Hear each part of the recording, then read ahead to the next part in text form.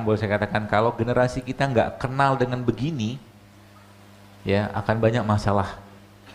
Ya, kalau boleh saya katakan, harusnya kita sekarang jauh lebih bangga dengan minum beginian daripada minuman kemasan itu. Memang 350 tahun kita juga dijajah karena ini. Sekarang kita lupa sama dia. Itu sebabnya Allah kasih banyak penyakit di sini. Gak bersyukur, dikasih rempah, dikasih rimpang, gak dipakai. Gitu loh. Ya.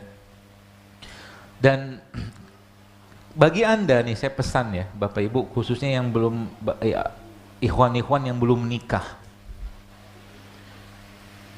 Jadi, ketika Anda makan sesuatu, dan makanan itu masuk ke dalam tubuh Anda, maka makanan tersebut akan menjadi bagian dari gen Anda. Nanti kalau sekarang nih teman-teman, antum nih kayak begini nih ya, antum makan tiap hari suka-suka antum aja, nyampah bahasa kita ya, antum sedang mempersiapkan gen yang cacat. Serius. Dari sisi imunitas, itu kalau dia lahir akan lemah. Ini serius banget saya ngomong ini loh. Karena sekarang kalau mungkin bahasa saya, Indonesia darurat narkoba, kita juga darurat makanan. Darurat makanan loh sekalian. Artinya apa? Generasi ke depan negeri, na'udzubillah, semoga tidak, tapi kalau kita nggak ubah, akan rusak semua. Akan susah mendapatkan orang-orang yang sehat nanti. Saya juga nggak bisa maksain. Anda mau berubah, silakan. Tapi kalau bahasa saya, cobalah pikir, jangan nyusahin keluarga. Jangan nyusahin keluarga, Bu sekalian. Sekarang 15 tahun sudah banyak kena diabetes. Ya. Bahkan kemarin saya lihat umur 9 tahun kena autoimun anak-anak, coba. Dari mana itu? Ya, sayang kan? Kalau mati, matilah dengan tenang, jangan nyusahin orang. Gitu loh. Mati lagi. Jadi maksudnya mati jangan mati karena penyakit yang gara-gara kelakuan kita. Gitu loh. Contoh tuh penyakit gara-gara kelakuan tapi penyakit degeneratif. Stroke, darah tinggi, itu kan penyakit degeneratif. Degeneratif itu apa? Gara-gara lifestyle. Gitu lah maksud saya. Mati lagi tahajud, lagi sujud, lagi baca Quran, kan enak mati kayak begitu. Sekian lama sakit, memang iya takdir. Tapi kan dari takdir yang kita bisa hindarkan dengan ikhtiar. Ada takdir yang bisa kita hindarkan dengan ikhtiar. Maka kalau saya bilang minuman kayak begini misalkan ya, salah satu bentuk ikhtiarnya. Kenapa? Tadi saya sampaikan, Allah ciptakan di sana kayak begini. Indonesia nggak diciptakan, tapi Allah ciptakan di sini rempah, rimpang, banyak sekali, berlimpah luah. Anda baru sekalian ya, contoh aja begini ya. Ini misalkan ada apa nih? Ada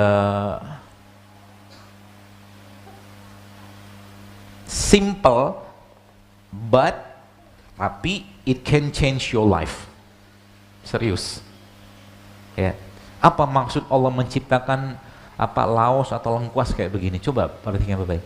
Tadabur. Apa maksud Allah menciptakan nggak beraturan kayak begini? Pasti ada maksudnya. Kan? Maka kalau Anda pelajari kayak rimpang-rimpang kayak begini, ini semuanya sebagian besar ini anti kanker loh ini. Instead of daripada katakanlah kita makan minuman kemasan yang cuma memuaskan selera, ini nggak minum begini, terserah ente mau ngomong apa, tradisional kek, apa kek, bodoh amat. Tapi artinya apa? Ke depan generasi kita bisa sehat dengan ini, insya Allah. Ya. Jadi harusnya kalau boleh saya katakan kita jauh lebih bangga minum beginian. Ya, saya kemarin naik Garuda Indonesia, kebetulan di upgrade sama panitia tuh ke bisnis gitu kan. Terus waktu kan bisnis kan ditanyain, mau minum apa Pak gitu kan, ada kencur nggak, saya bilang. Ketahuan nggak ada. Lah katanya ente national flag, saya bilang national flag carrier apa namanya itu kan, maskapai Indonesia, masa nggak ada minuman Indonesia? Gitu loh. Dan perhatikan baik-baik sekalian, masya Allah ya, kalau boleh saya bilang negeri kita ini, Allah, masya Allah ya, blessing country, negeri yang berkah, banyak gunung di mana-mana. Kunyit yang tumbuh di kaki gunung itu lebih dahsyat kemampuannya daripada kunyit yang tumbuh di tempat biasa. Karena hara ya, atau mungkin zat gizi tanah itu yang ada pada gunung itu tuh luar biasa, dan peran mereka sebagian besar itu anti kanker. Mudah-mudahan Allah mudahkan kita hari ini untuk belajar sehingga kita paham masalahnya sih apa sih gitu kan. Tadi saya sempat ngobrol dengan pengurus di sini, ya itu beberapa kali saya sering dapatkan. Jadi mereka cerita bahwa subhanallah katanya ada salah satu jamaah di sinilah gitu kan yang dulunya ubanan gitu kan. Terus ketika beliau mulai menerapkan ya beberapa saran-saran postingan saya itu, ubannya berubah jadi hitam. Bisa nggak? Bisa sebenarnya. Tubuh kita bisa reverse back, dia bisa balik ya. Kalau belum saatnya menua, bisa. Asal apa? Asal bahan bakunya ada, itu dia. Asal bahan bakunya ada. Jadi makanan yang kita makan itu Bapak sekalian, pilihannya dua. Kalau dia nggak jadi biangnya atau masalah atau penyebab penyakit, dia akan menjadi obat buat tubuh kita. Itu aja. Ya. Kenapa banyak orang yang sekarang sakit-sakitan? Karena yang dimakan sudah bukan lagi living food. Living food itu makanan hidup. Ini kan makanan hidup nih. Ya. Makanan kayak begini memberikan kehidupan, ya tanda kutip. Pohon ya, katakanlah pohon, misalkan pohon jeruk kayak begini, misalkan. Pohon jeruk ini kan, lihat, kalau kita mentadaburi Bapak sekalian, saya kadang-kadang lihat begini tuh, Masya Allah, Maha Besar Allah, Rabbana ma khalaqta hadza batila gitu loh. Kenapa? Kita lihat subhanallah, Allah yang melindungi dia gitu loh. Waktu pohon ini, katakanlah ini misalkan apa namanya batangnya, batang jeruk gitu kan, dia menjadi bagian dari ranting-ranting tadi kan. Pertanyaannya, bagaimana ceritanya dia bisa jadi kayak begini?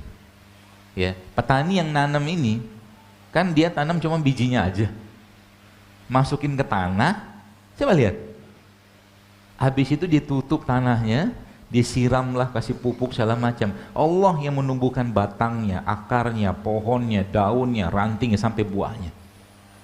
Kontribusi dia nggak banyak gitu loh. Maka petani-petani itu ya biasanya, bukan biasa, dalam Islam zakatnya kan lebih besar karena nggak banyak ngurusin gitu kan. Allah yang ngurusin semua. Ya, seperti itu. Nah, apa yang dia kerjakan ini Bapak sekalian? Atau mungkin apa yang buah kayak begini, lihat, ada bijinya. Kemudian buah ini tumbuh dari hasil pohon atau batang itu mengangkat sari-sarinya tanah kan gitu kan. Dan kalau kita bicara tanah, manusia kan dari tanah. Walaupun khalaqnal insana min sulalatin min tin, kata Allah, kami ciptakan manusia dari tanah. Kemudian dari tanah itu, dari pohon itu diangkat, pompa, naik ke atas. Akhirnya Allah ciptakan, lihat. Allah ciptakan ranting dulu. Kemudian Allah ciptakan ada daun di situ. Ada kuncupnya sampai akhirnya jadi apa namanya bibit-bibit buahnya ini. Gitu loh. Apa yang diambil sama pohon? Apa yang terkandung dalam ini? Yang terkandung dalam mereka ini apa? Sarinya tanah kan? Ceritanya begitu. Ya, sarinya tanah. Lalu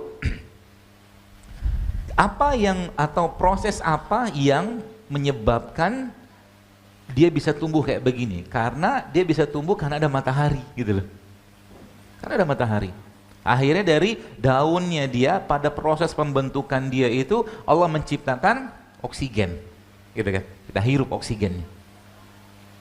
Setelah itu dari proses fotosintesis itu Allah menghasilkan atau Allah menciptakan, memberikan kepada kita gula yang Allah apa tuh namanya tanamkan atau berikan di sininya, salah satunya ataupun di daun-daun tadi.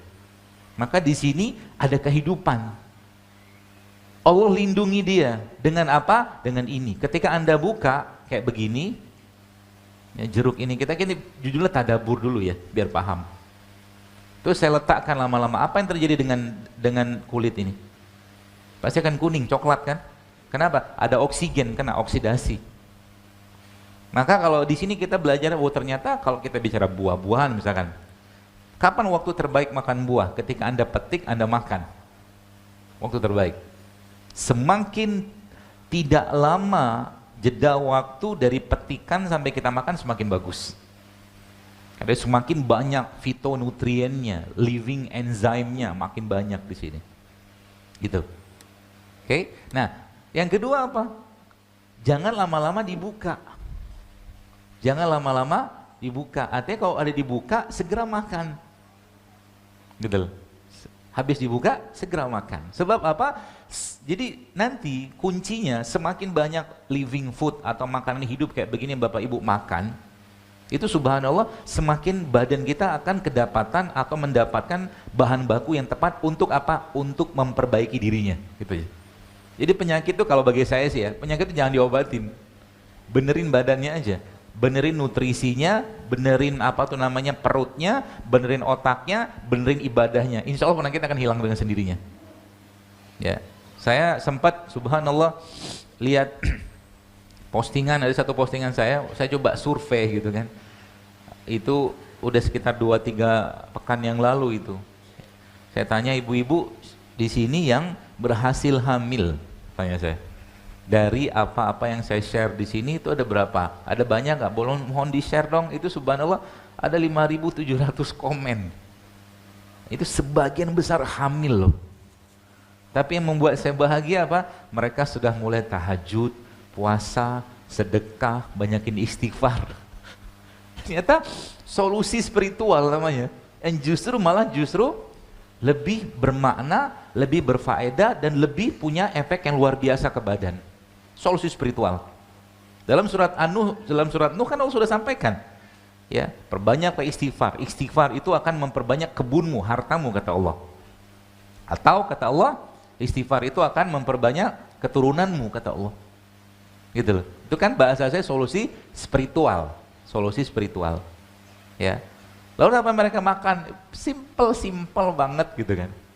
Ya, simple banget. Mau modal kunyit, modal apa? Serai, sidruk nipis, madu gitu doang kayaknya, gitu doang. Tapi kenapa? Badannya sudah siap, pikirannya sudah siap, hatinya sudah terpaut dengan yang menciptakan dia. Itu yang kita mau kejar. Ya. Jadi bukan cuma sekedar ngandalin beginian atau mungkin apa herbal atau apapun, bukan. Ya. Seperti itu Bapak sekalian. Maka kita belajar ya hari ini, mudah-mudahan Allah mudahkan sehingga nanti harapannya yang sehat semakin sehat, yang berpenyakitan bisa hilang penyakitnya. Ya, Bapak Ibu sekalian, dalam Islam konsep penyakit itu asal muasalnya bukan dari fisik. Bukan dari fisik. Jadi kalau kita mungkin zaman SMA atau SMP dulu kan mengenal mens sana in corpore sano. Apa artinya? Artinya apa? Di dalam tubuh yang kuat terdapat jiwa yang sehat. Saya sih nggak sepakat dengan istilah itu. Ya, kenapa? Ya banyak orang di rumah sakit jiwa fisiknya sehat, ya kan? Jiwanya nggak sehat, gitu loh. Justru malah kebalik. Islam memberikan pedoman yang justru kebalikannya. Kata siapa? Kata Rasulullah. Nabi bilang apa? Ala wa inna fil jasad mudghah, kata Nabi. Dalam tubuh manusia terdapat segumpal daging. Iza solahat jasada kulluhu wa iza fasadat fasada jasada kulluhu. Kalau dia baik semua, dia rusak semua. Dan itulah kolbu, kata Nabi kan gitu. Jadi dia rajanya, dia bukan tentaranya, ya. Dan dia pengendalinya, gitu loh. Sayangnya ya kita tidak terlalu banyak memanjakan atau memuliakan atau apa ya, ya menjaganya dia gitu, menjaga si kolbu tadi, sehingga lebih dominan nafsunya. Kolbu itu sekalian nggak butuh banyak makan. Tapi bahasa saya tadi gini, ini kan kalau Anda makan dari nanas satu, pisang satu, apa pepaya satu, melon satu, makanan buat fisik kita, baca bismillah berkah insya Allah. Tapi kalau lebih banyak makanan kayak begini yang kita kasih ke orang, lebih sehat kolbunya, gitu loh. Itu yang kita butuhkan zaman sekarang.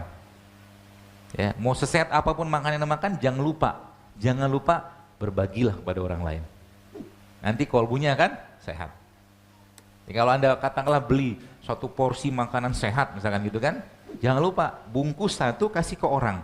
Anda dapat fisiknya sehat dengan makanan sehat tadi, misalkan Anda akan dapat juga keberkahan dari makanan yang Anda berikan pada orang tadi, dan akhirnya menyebabkan kolbunya akan sehat. Ya, seperti kalau Anda, pokoknya setiap Anda melakukan suatu kebaikan untuk diri Anda, contoh begini, sedekah itu paling baik pada siapa? Pada diri kita. Ada seorang bertanya pada Nabi SAW, dia katakan begini, ya Rasulullah, Kalau aku punya 1 dinar, kemana aku harus sedekahkan dinar tersebut? Kata Nabi, bersedekahlah buat dirimu sendiri. Ya, jadi Bapak Ibu jangan pelit sama diri kita. Jadi kalau saya sering ngomong begini, kenapa? Ketika sedikit aja ngomongin kacang almond gitu kan, kacang mete, pistachio, biasanya jawabannya mahal gitu kan gitu kan. Tapi dia nggak sungkan-sungkan beli pulsa, beli handphone, kan gitu loh. Buat dirinya berkaitan dengan kepentingan badannya, pelitnya minta ampun. Penyakit nggak itu? Penyakit AB namanya. AB itu apa? Al-bakhil. Pelit. Kencelengan lewat dari zaman dulu, nggak berubah-ubah, noceng. 2000. Padahal duitnya ada loh. Ya, pakai tutup lagi. Mintanya rezeki, jodoh, harta, banyak betul mintanya. Ya. Penyakit, lawan, harus dilawan. Suatu ibadah itu sekalian harus dilawan. Sama kayak hidup sehat. Hidup sehat itu susah, benar susah. Karena judulnya harus melawan hawa nafsu. Ya, dok susah dok, emang susah. Tapi kalau Anda nanti sudah merasakan kenikmatannya, Anda akan jauh lebih merasakan kenikmatan hidup sehat itu daripada sekedar makan yang nggak sehat. Karena makan nggak sehat juga ngasih kenikmatan. Makan sehat juga ngasih kenikmatan, sama juga dengan, dan itu nggak bisa dicampur-campurin, nggak bisa. Kalau mungkin bahasanya lebih luas lagi, kenikmatan dalam ketaatan itu tidak bisa dicampur adukkan secara sempurna dengan kenikmatan dalam maksiat.